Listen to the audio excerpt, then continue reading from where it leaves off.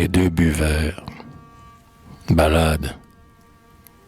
L'air insonne, aux clartés de la lune sereine, sous des voiles d'azur, la nuit d'été ramène les larmes dans les bois et la rosée aux fleurs.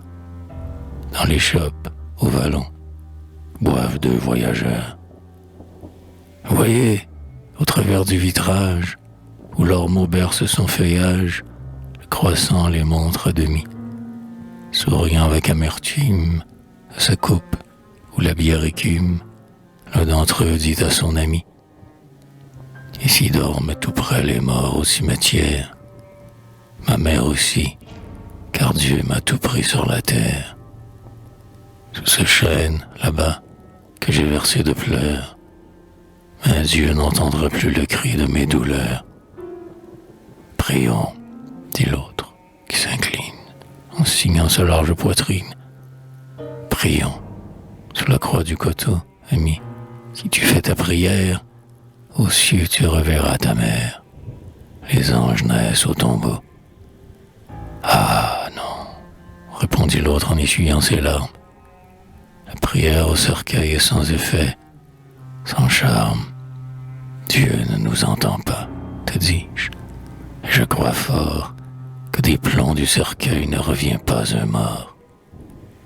Ah ouais, c'est le hasard lui-même qui nous unit à ceux qu'on aime, puisqu'il nous laisse en chemin. Plus de pleurs, plus de tristes veilles. Ah ouais, vidons cette bouteille pour noyer encore ce chagrin. Le pauvre voyageur buvait encore. La croix sur le tombeau déjà se décolore. Il boit toujours, dans des flots de liqueur.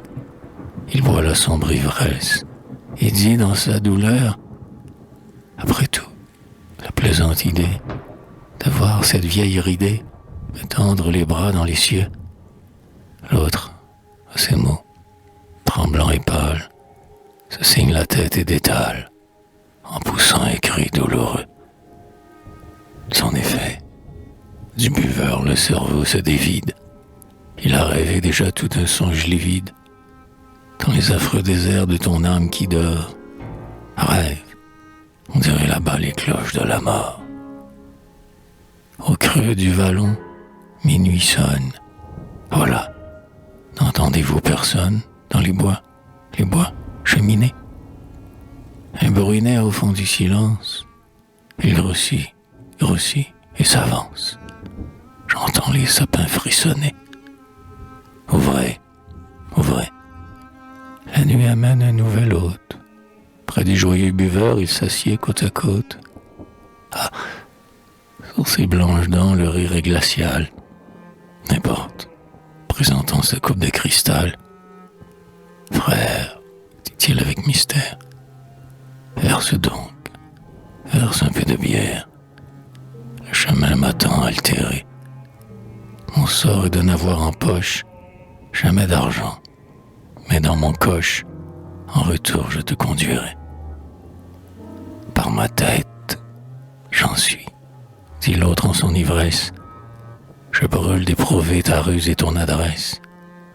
Quand nous aurons tout bu, roule-moi chez ma mère, entends-tu? Chez elle, où qu'elle soit. Il dit. Ces deux hommes, plus pâles, se lèvent. Le cri des cavales se prolonge dans la forêt. Le claquement du fouet se mêle au bruit du tonnerre, à la grêle. Monte, le cocher est prêt. Ils partent, voyez-les. Leur eau au loin s'allume, l'air pétille et dépeint la sommité qui fume, craque sous les sabots des chevaux écumeux. Les voilà disparus dans l'horizon brumeux. Ouah! L'horizon se recule. Le char, qui longtemps y circule, en spirale perce les cieux. De la nuit déchire les voiles, et là-haut, croisant les étoiles, fait étinceler les essieux. Où vont-ils? Voyons des lunes passagères. Les chevaux emportés argentent leurs crinières. Puis, franchissant d'un bond le soleil qui s'enfuit, vont s'éclipser plus haut dans la céleste nuit.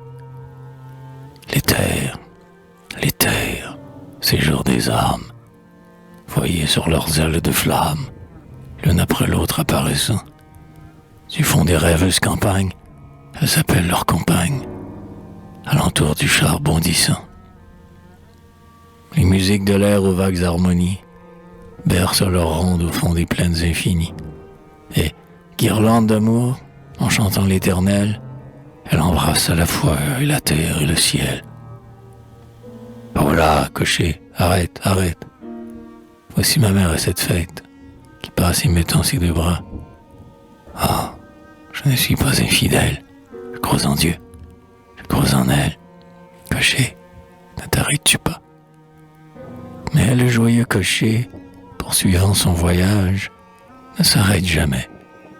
Plus vite que l'orage, ses cavales, du fouet fuyant le sifflement, en hennissant d'effroi, fendent le firmament. Déjà dans son vol circulaire, le char, au bout de la carrière, s'incline au cri du conducteur, vers la nuit muette et sublime, et dans les profondeurs s'abîme, emportant le blasphémateur. Cloche des trépassés, sonnez encore, le buveur qui rêvait mort avant l'aurore. Cloche des trépassés, sonnez bien tristement, qu'il dorme jusqu'au jour du dernier jugement.